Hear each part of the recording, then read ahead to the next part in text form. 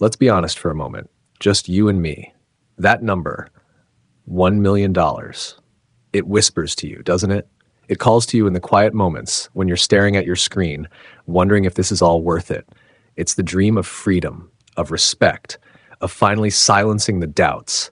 And when you look at your account and you see that humble $100 sitting there, the dream feels like a cruel joke. A vast, impossible ocean you're supposed to cross in a paper boat. So your mind does what it's trained to do. It looks for a shortcut, a miracle. You start thinking in lottery tickets. If I can just double it this week, then again next week, maybe I can quit my job in 6 months. I'm here to tell you that this very thought, this desperate prayer for speed, is the anchor that will keep your paper boat tied to the shore forever. It's the reason 95% of traders fail, and it's the mental prison we are going to break out of today. This isn't just another video about trading strategies. Forget the charts for a moment. This is an invitation to a profound mental transformation. We are not here to chase $1 million. We are here to become the person capable of commanding it.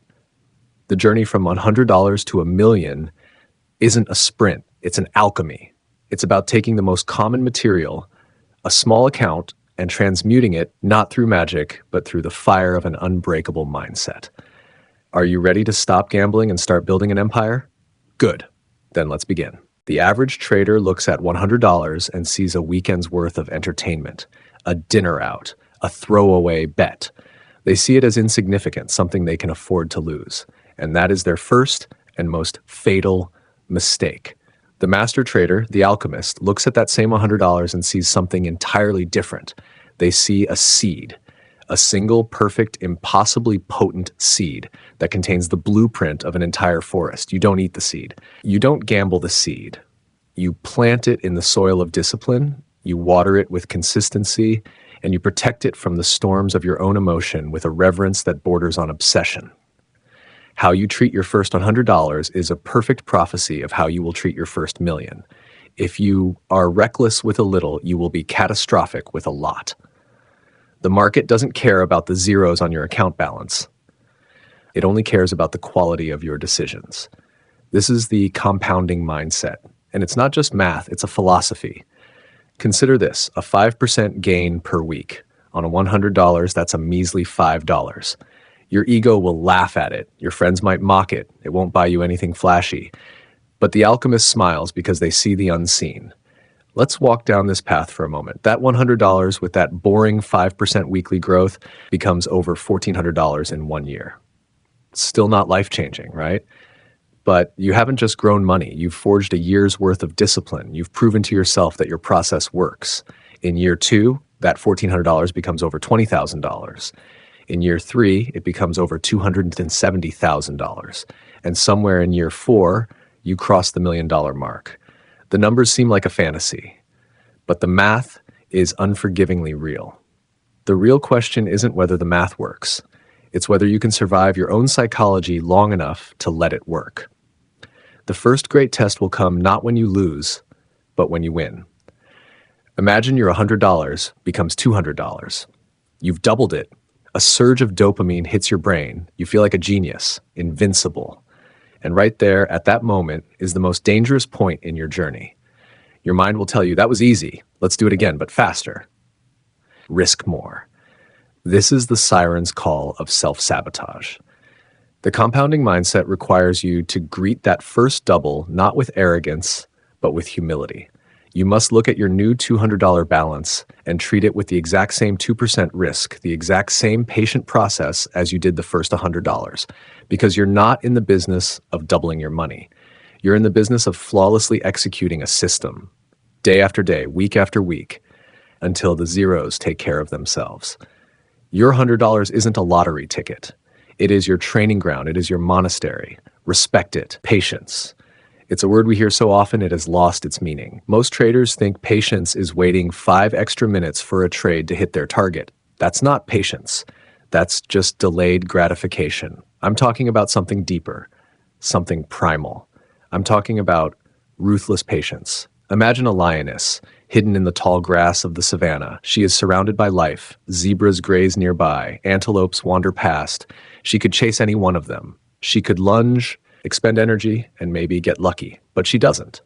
Her muscles are coiled, not in anxious tension, but in perfect, patient readiness.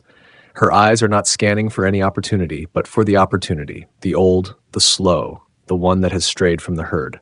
She can wait for hours, for days, burning almost no energy, creating no noise. She is waiting for that single moment where the probability of success is so overwhelmingly high that the outcome is almost a certainty. That is ruthless patience. Now look at the average trader. They log in and the screen is their savanna. Every flickering candlestick is an antelope. Every news alert is a zebra. Their heart pounds. They feel like if they aren't doing something, they're losing. They are the frantic amateur hunter, chasing every shadow, exhausting their capital and their spirit. They trade because they're bored. They trade because they want to feel the rush. They trade because the market is moving and they feel left out. The ruthlessly patient trader understands a profound truth. In trading, most of your money is made while you are doing nothing.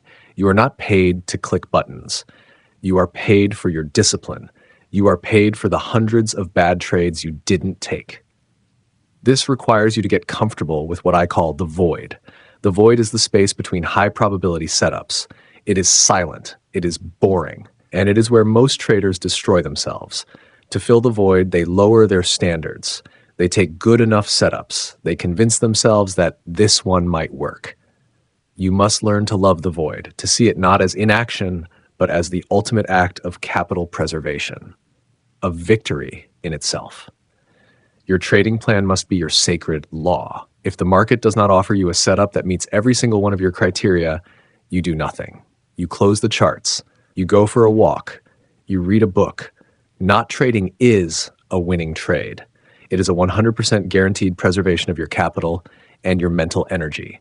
Remember the words of the legendary Jesse Livermore. It was never my thinking that made the big money for me. It was always my sitting. Sit. Wait. Be the lion. Let the gamblers chase the shadows. You are waiting for the certainty, because with a small account, you cannot afford to be wrong often. You must be a sniper, not a machine gunner. One shot, one kill. That is the path. Your greatest enemy in the market isn't a hedge fund, a high-frequency algorithm, or a black swan event. Your greatest enemy is the person staring back at you in the monitor's reflection. It's the tangle of fear, greed, hope, and ego that lives inside you. Every trade you take is a battle, but the battle is not against the market, it's against your own primitive brain. To win, you must cultivate the mindset of a surgeon, the mindset of emotional detachment. Think of a surgeon in the operating room. A crisis occurs. The patient's heart rate plummets. Does the surgeon panic? Do they start yelling and making rash decisions? No. They become calmer, more focused. Their training takes over. They are detached from the fear of the outcome and entirely focused on the precision of the process. This must be you. A losing trade is not a personal attack. It's not a judgment on your intelligence. It's not a sign that you are a failure. A losing trade is simply a data point. That's it. It is the cost of doing business, like a restaurant throwing away spoiled food. It's an expected, calculated part of the system. You must view yourself not as a gambler in a casino, but as a scientist conducting an experiment. Your trading plan is your hypothesis. Each trade is a test. Your journal is where you record the data. Win or lose, each trade provides information to refine your hypothesis. There is no room for emotion in a laboratory, only data. But detachment is a two-sided coin. It's not just about handling losses, it's about handling wins too. A big, unexpected win can be far more dangerous than a loss. It creates what I call an emotional hangover. You feel euphoric, invincible, your ego swells, you start to believe you have a magic touch that you can't lose. And in that state of mind, you will take your biggest risk, break all your rules, and give back every dollar you made, and then some. The market has a brutal way of humbling the arrogant. So, how do you train this surgeon's mind? First, pre-accept the loss. Before you ever click buy or sell, look at your stop loss. Say to yourself, I am willing to lose this amount of money on this trade. It is the price of admission for this opportunity. Accept it fully. When the loss comes, it's not a surprise. It's part of the plan you already agreed to. Second, implement a cool-down period. After any large win or a string of losses, walk away. Mandate a 24-hour break from the charts. Let your emotional state reset to neutral before you are allowed to risk capital again. Protect yourself from your own compromised brain. Third, your process is your only God. You do not judge your day by your P&L. You judge your day by one metric and one metric only. Did I follow my plan flawlessly? You can have a red day where you followed your plan perfectly, and that is a victory. You can have a green day where you got lucky on a reckless trade, and that is a failure that must be corrected.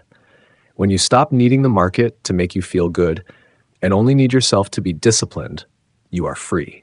That freedom is where true wealth is forged. So you've mastered compounding, you've mastered patience, you've mastered detachment, you have a system that works, you feel safe, you feel confident.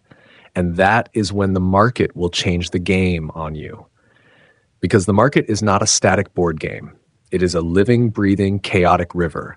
A rock tries to stand firm against the river. For a while, it holds its ground, but the relentless current wears it down, grinds it into sand, and washes it away.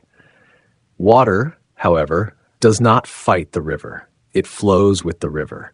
It adapts its shape to every curve, every obstacle. It becomes one with the power of the current. You cannot be the rock. You must be the water. This is the final, crucial mindset: relentless adaptation. The strategy that made you money in a roaring bull market will get you slaughtered in a choppy sideways market. The risk parameters that worked last year might be suicidal in this year's volatility. The trader who falls in love with their strategy is doomed. They become rigid, stubborn. When it stops working, their ego tells them the strategy is right, the market is wrong. They keep forcing it, bleeding money until their account is gone. The adaptive trader has no loyalty to any single method. They are loyal only to what works now. They are constantly learning, testing, and evolving. Their trading journal is not just a history book, it's a research lab. They are studying their own performance, studying the changing character of the market, and asking one question every single day: what do I need to change to stay in harmony with this market? Adaptation isn't just about your charts, it's about you. The trader you need to be to grow an account from $100 to $1,000 is a master of survival and strict risk control. The trader you need to be to grow from $10,000 to $100,000 is a master of scaling and psychological pressure. The trader who commands millions is a master of wealth preservation and long-term vision. At each stage of your journey, you must be willing to let go of the version of yourself that got you there to make room for the version that will take you to the next level. This is ego death, and it is the price of growth. Don't fear change, crave it. The market is the ultimate teacher of humility. It will punish your arrogance and reward your flexibility. Be a student every single day. The moment you think you figured it all out is the moment you become the rock, just waiting for the river to wash you away. We started this journey talking about a number, $1 million. Look how far we've come. We've talked about alchemy, lions, surgeons, and rivers. We've talked about discipline, patience, detachment, and adaptation. Do you see the secret now? The journey was never about the money. The money is just a byproduct, a receipt. It's the proof of the work you did on the most important asset you will ever have, yourself. The $1 million isn't the trophy. You are the trophy. The person you become in the process, disciplined, patient, resilient, and adaptive, is the real wealth. That person can succeed at anything. That person is unbreakable. Your $100 account is not a limitation. It is a gift. It is a crucible designed to burn away your weaknesses, your impatience, your ego, and your fear. It forces you to be excellent. It demands your very best.